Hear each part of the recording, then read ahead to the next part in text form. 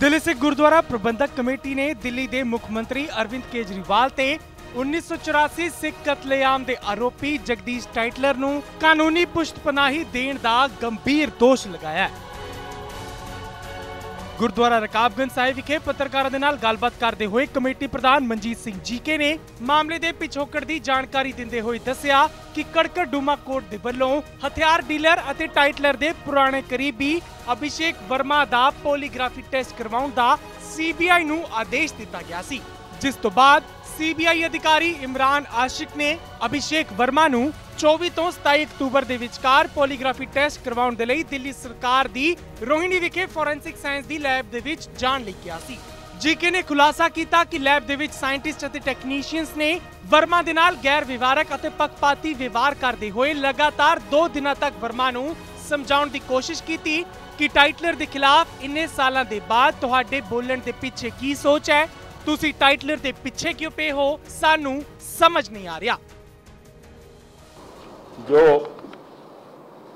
CBI की हिरासत में थे, बेल पे बाहर हैं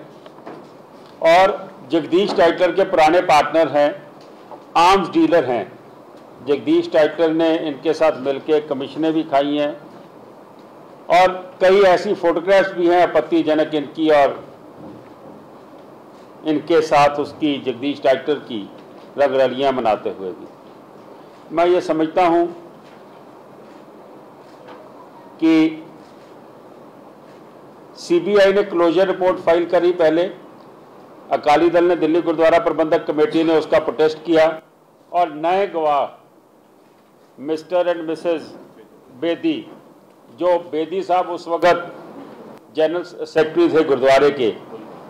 पुल बंगश गुरुद्वारे के जहां कत्ल हुए, जो केस चल रहा है जगदीश टाइटलर के खिलाफ, उसके लिए हम कोर्ट में पेश करते हैं। सीबीआई विड्रॉ करती है, कोर्ट कहती है कि इसको भी देखा जाए। इन बिटवीन अभिषेक वर्मा की बात आ जाती है। अभिषेक वर्मा जो अरेस्ट हुआ, उसने इल्ज़ाम लगाए सीबीआई के सामने कि जो सुरेंद्र सिंह ग्रंथी थे, जो चश्मदीद गवाह थे, उनको बेटे को यहाँ पे मैंने $50,000 कैश दिए थे, 5 करोड़ रुपया मैंने उनको हवाले के थ्रू ट्रांसफ़र कनाडा में किया है और उसका वीज़ा अपने लेटर पैड पे लगवा के मैंने उसको बाहर भेजा है। अब मुझे नहीं समझ आई कि सीबीआई ने इस बात को क्यों नहीं देखा। हमने जब शोर डाला सीबीआई में, हमने कोर्ट के अंदर ये बात करी और अभिषेक वर्मा को जब जज साहब ने पूछा तो वो तैयार हो गया कि मैं लाई डिटेक्टर टेस्ट कराने के लिए तैयार हूं। अब लाई डिटेक्टर टेस्ट जो उनका होना था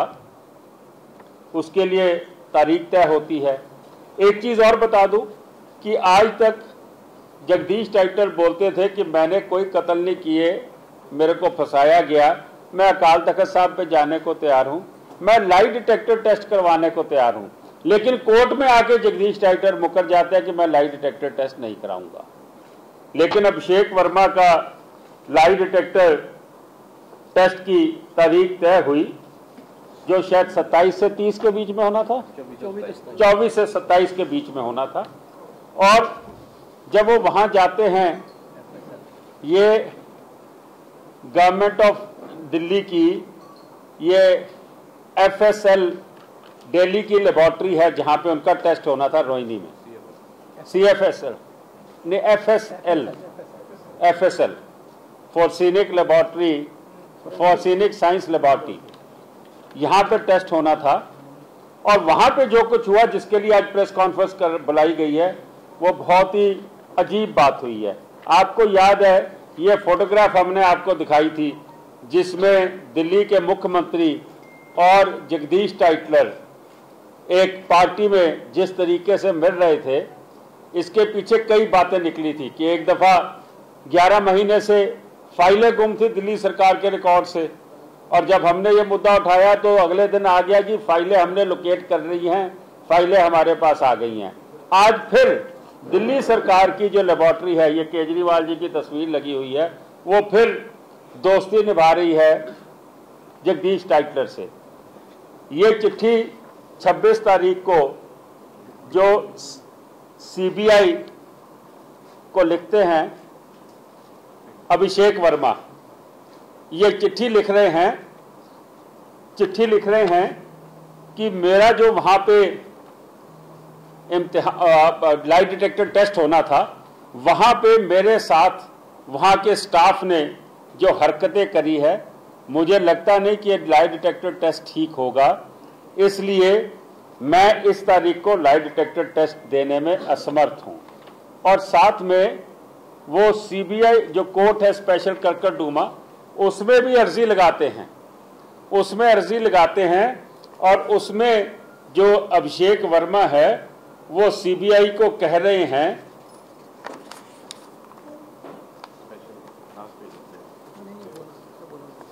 वो ये कह रहे हैं कि वहां पे एक साइंटिस्ट है मिस्टर यादव उनको कहते हैं, where are you, why are you after Tytler, I don't understand the motive, after so many years, so many cases, your conscious has spoken to you about Tytler, कि तुम इतने साल कहाँ थे, तुम आज तक क्यों नहीं सामने आए, अब तुम क्यों सामने आ रहे हो, तुम उसके पीछे क्यों पड़े हुए हो, टाइटलर के पीछे। अजीब बात है,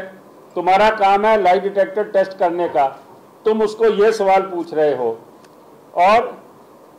उसमें senior scientist officer mister Amar Kumar Yadav, पूरा नाम जो इनका है, FSL Rohini, was acting in a very biased manner, ये वो लिख रहे हैं अपनी पिटीशन में, जो बाइस्ड मैनर का मतलब कि ये भेदभाव करने के लिए, टाइटलर को बचाने के लिए, was trying to defend the accused person of the present case, इस केस में उसको बचाने की कोशिश कर रहे हैं। फिर आगे आके एक लेडी का जिक्र कर रहे हैं कि वहीं एक लेडी भी जो उस ऑफिस में काम करती है, वो कहती है आप जैसे लोग 2-2 शादियां क्यों करते हैं। अब मुझे नहीं समझ आ रही कि लेडी को अभिषेक वर्मा से ये सवाल करने की क्या जरूरत पड़ी है, वो उसको क्यों ये सवाल कर रही है, और ये कोर्ट में दे रहे हैं, अपनी एप्लीकेशन में लिख रहे हैं। ये बहुत संगीन मामला है कि इतने सालों के बाद अगर कोई शिकंजे में आने लगा है तो उसको फिर जो दिल्ली सरकार का डिपार्टमेंट है वो उसको फिर खुर्द-बुर्द करने की कोशिश कर रहा है, उसको फिर निकालने की कोशिश कर रहा है। प्राइमा फेशिया ये नजर आता है कि ये दोस्ती काम कर रही है, कभी फाइलें घुमा देते हैं, कभी उसको टेस्ट के ऊपर उसको गड़बड़ कर रहे हैं। आगे लिखता है, pass an order directing the FSL Rohini to file on record the detail of standard operating procedure, कि भाई ये कैसे टेस्ट किया जाएगा, इसके अंदर क्या क्या दवाई मेरे को दी जाएगी, ये भी मुझे पता होना चाहिए। Pass an order appointing a doctor cardiologist to be present during the entire course of polygraphic test, जब मेरा टेस्ट हो रहा हो वहाँ पे एक कार्डियोलॉजिस्ट डॉक्टर चाहिए, जब मेरा टेस्ट हो रहा हो, अगर मेरे को कोई इमरजेंसी हो जाती है या ये कोई मेरे को गलत चीज करते हैं तो वो मेरे सामने होनी चाहिए। Pass an order of appointing a committee of eminent persons of society including honorable judicial officers to observe the proceeding of polygraph test conducted upon me the witness। वो कहते हैं कि कोई जजेस की कमेटी बनानी चाहिए, प्रोमिनेंट शहरियों की कमेटी बनानी चाहिए जो उस वक्त प्रेजेंट हो जिस वक्त मेरा ये पॉलीग्राफिक टेस्ट लिया जा रहा है। ये उनकी प्रेयर है। वर्मा ने सीबीआई को भी चिट्ठी लिखी है और कोर्ट में एप्लीकेशन फाइल कर दी है कि ये जो मेरे साथ हो रहा है मुझे इस पे विश्वास, ये कोर्ट में एप्लीकेशन फाइल करी है, बाय नेम शिकायत दी है, जो उनके साथ हुआ वो लिखा है और प्रेयर में लिखा है कि वहाँ पे कार्डियोलॉजिस्ट चाहिए, उसका प्रोसीजर मुझे पता होना चाहिए क्या प्रोसीजर है, और सेकेंडली वहाँ पे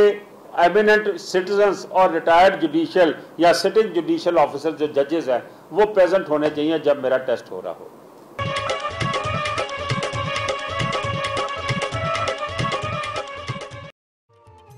दिल्ली सिख गुरुद्वारा प्रबंधक कमेटी ਦੇ ਪ੍ਰਬੰਧ ਹੇਠ ਸੇਵਾ ਨਿਭਾਉਣ ਦੌਰਾਨ ਅਕਾਲ ਚਲਾਣਾ ਕਰ ਗਏ 5 ਮੁਲਾਜ਼ਮਾਂ ਦੇ ਪਰਿਵਾਰਾਂ ਨੂੰ ਕਮੇਟੀ ਵੱਲੋਂ ਮਾਲੀ ਸਹਾਇਤਾ ਤੇ ਚੈੱਕ ਦਿੱਤੇ ਗਏ।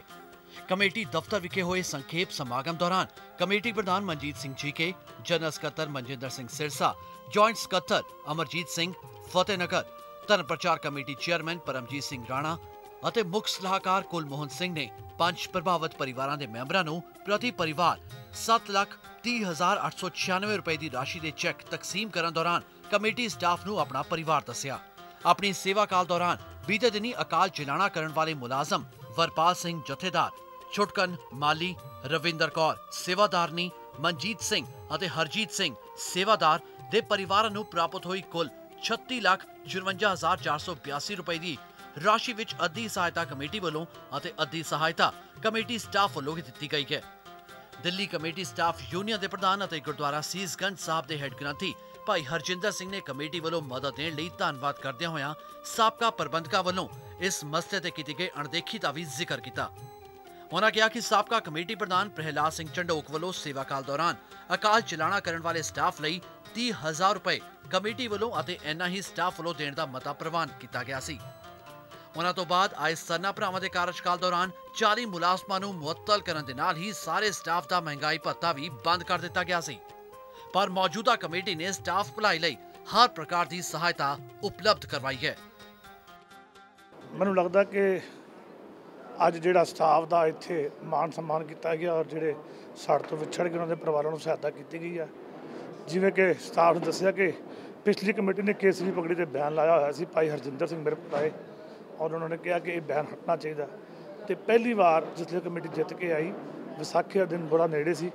ਅਸੀਂ ਸਾਰਿਆਂ ਨੇ ਮਤਾ ਪਾਸ ਕੀਤਾ ਕਿ ਜਿਹੜੇ ਸਿਧਾਂਤਕ ਤੌਰ ਦੇ ਉੱਤੇ ਸਾਨੂੰ ਜਿਹੜਾ ਰੱਖਾ ਜਿਹੜਾ ਮਿਲਿਆ, ਜਿਹੜਾ ਸਾਨੂੰ ਰੰਗ ਮਿਲਿਆ ਕੇਸਰੀ, ਅਸੀਂ ਸਾਰੇ ਨਿਸ਼ਾਨ ਸਾਹਿਬ ਸਾਡੇ ਕੇਸਰੀ ਕਲਰ ਦੇ ਨੇ, ਤਾਂ ਅਸੀਂ ਉਹ ਛੂਟ ਦਿੱਤੀ ਔਰ ਸਟਾਫ ਨੂੰ ਆਪਣੇ ਵੱਲੋਂ ਦਸਤਾਰ ਭੇਟਾਂ ਕੀਤੀਆਂ। ਹੁਣ ਹਰ ਵਿਸਾਖੀ 'ਤੇ ਸਾਰਾ ਸਟਾਫ ਕੇਸਰੀ ਦਸਤਾਰਾਂ, ਕੇਸਰੀ ਦੁਪੱਟੇ ਲੈ ਕੇ ਆਪਣੀ ਸੇਵਾ ਨਿਭਾਉਂਦਾ। ਮੈਂ ਸਾਰੇ ਸਟਾਫ ਨੂੰ ਵਧਾਈ ਵੀ ਦਿੰਦਾ ਔਰ ਆਸ ਕਰਦਾ ਕਿ ਇਸੇ ਤਰ੍ਹਾਂ ਅਸੀਂ ਰਲ ਕੇ ਕੰਮ ਕਰਦੇ ਰਹਾਂਗੇ। ਇਹ ਇੱਕ ਨਵੇਕਲੀ ਪਹਿਲ ਆ, ਜਿਹੜੇ ਸਾਡੇ employees Delhi Sikh Gurdwara management committee ਦੇ ਡਿਊਟੀ ਦੇ ਜਾਂ ਬਿਨਾਂ ਡਿਊਟੀ ਦੇ, ਜੇ ਉਹਨਾਂ ਦਾ ਕਿਸੇ ਕਾਰਨ ਅਕਾਲ ਚਲਾਣਾ ਹੋ ਗਿਆ, ਉਹਨੂੰ ਦਿੱਲੀ ਸਿੱਖ ਗੁਰਦੁਆਰਾ ਮੈਨੇਜਮੈਂਟ ਕਮੇਟੀ ਵੱਲੋਂ ਔਰ ਜਿਹੜਾ ਸਾਡਾ ਸਟਾਫ ਆ ਉਹਦੇ ਵੱਲੋਂ ਮਿਲ ਕੇ ਇੱਕ ਵੱਡੀ ਰਾਸ਼ੀ ਦਿੱਤੀ ਜਾਂਦੀ ਆ। ਪਹਿਲੇ ਸਮੇਂ 'ਚ ਇਹਨੂੰ 5,000 ਰੁਪਏ ਦਿੱਤੀ ਜਾਂਦੀ ਸੀ।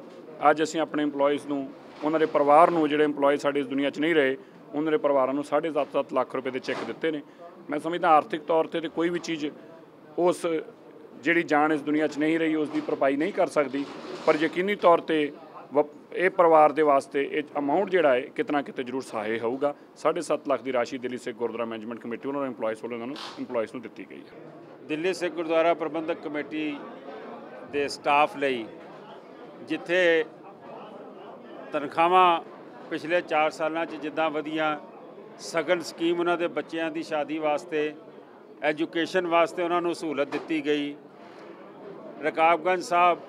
ਲੱਖੀ ਸ਼ਾਹ ਵਜਾਰਾ ਹਾਲ ਜਾਂ ਹੋਰ ਹਾਲਾਂ ਦੇ ਵਿੱਚ ਜੇ ਸ਼ਾਦੀਆਂ ਹੋਣ ਤਾਂ ਉਹਨਾਂ ਨੂੰ ਕੀ ਅਸੀਂ ਮਦਦ ਕਰਨੀ ਹੈ।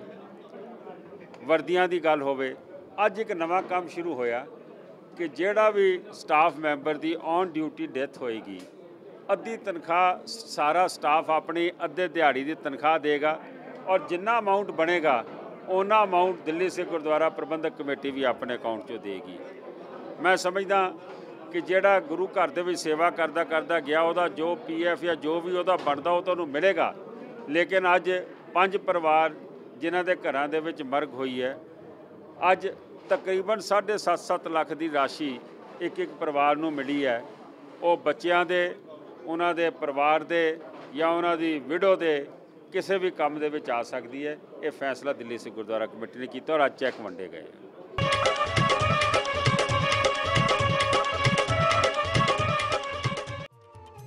ਦਿੱਲੀ ਸਿੱਖ ਗੁਰਦੁਆਰਾ ਪ੍ਰਬੰਧਕ ਕਮੇਟੀ ਵੱਲੋਂ ਧਰਮ ਪ੍ਰਚਾਰਕ ਕਮੇਟੀ ਦੀ ਕਮਾਨ ਇੱਕ ਵਾਰ ਫਿਰ ਤੋਂ ਪਰਮਜੀਤ ਸਿੰਘ ਰਾਣਾ ਦੇ ਹੱਥਾਂ ਦੇ ਵਿੱਚ ਦੇ ਦਿੱਤੀ ਗਈ ਹੈ। ਤੁਹਾਨੂੰ ਦੱਸ ਦਈਏ ਕਿ ਕੁਝ ਮਹੀਨਾ ਪਹਿਲਾਂ ਆਪਣੇ ਕੁਝ ਨਿੱਜੀ ਰੁਝੇਵਿਆਂ ਦੇ ਚੱਲਦਿਆਂ ਪਰਮਜੀਤ ਸਿੰਘ ਰਾਣਾ ਵੱਲੋਂ ਇੱਕ ਪੱਤਰ ਲਿਖ ਕੇ ਕਮੇਟੀ ਪ੍ਰਧਾਨ ਮਨਜੀਤ ਸਿੰਘ ਵੱਲੋਂ ਇਸ ਅਹੁਦੇ ਦੀ ਸੇਵਾ ਕਿਸੇ ਹੋਰ ਸੇਵਾਦਾਰ ਨੂੰ ਸੌਂਪਣ ਦੀ ਅਪੀਲ ਕੀਤੀ ਗਈ ਸੀ, ਜਿਸ ਦੇ ਉੱਤੇ ਦਿੱਲੀ ਕਮੇਟੀ ਪ੍ਰਧਾਨ ਮਨਜੀਤ ਸਿੰਘ ਜੀਕੇ ਨੇ ਉਸ ਵੇਲੇ ਸੀਨੀਅਰ ਅਕਾਲੀ ਆਗੂ ਕੁਲਮੋਹਨ ਸਿੰਘ ਨੂੰ ਧਰਮ ਪ੍ਰਚਾਰਕ ਕਮੇਟੀ ਦਾ ਚੇਅਰਮੈਨ ਥਾਪਿਆ ਸੀ। ਸੰਗਤਾਂ ਦੀ ਅਸੀਸ ਨਾਲ ਔਰ ਸਾਰੇ ਮੈਂਬਰ ਸਾਹਿਬਾਨ ਦੇ ਵਿਸ਼ਵਾਸ ਨਾਲ ਦੁਬਾਰਾ ਤੋਂ ਸੇਵਾ ਸੰਭਾਲੀ ਹੈ ਔਰ ਅੱਜ ਪਹਿਲਾ ਮਤਾ ਜਿਹੜਾ ਪਾਸ ਕੀਤਾ, ਅਗਲੇ ਸਾਲ ਜੱਸਾ ਸਿੰਘ ਆਲੂਵਾਲੀਆ ਜਥੇਦਾਰ ਜੀ ਦੀ ਸ਼ਤਾਬਦੀ ਆ ਰਹੀ ਹੈ ਔਰ ਜਥੇਦਾਰ ਜੱਸਾ ਸਿੰਘ ਆਹਲੂਵਾਲੀਆ ਜਿਹੜਾ ਇਤਿਹਾਸ ਹੈ, ਜਿਵੇਂ ਅਸੀਂ ਬਾਬਾ ਬੰਦਾ ਸਿੰਘ ਬਹਾਦਰ ਦਾ ਇਤਿਹਾਸ ਘਰ ਘਰ ਪਹੁੰਚਾਇਆ,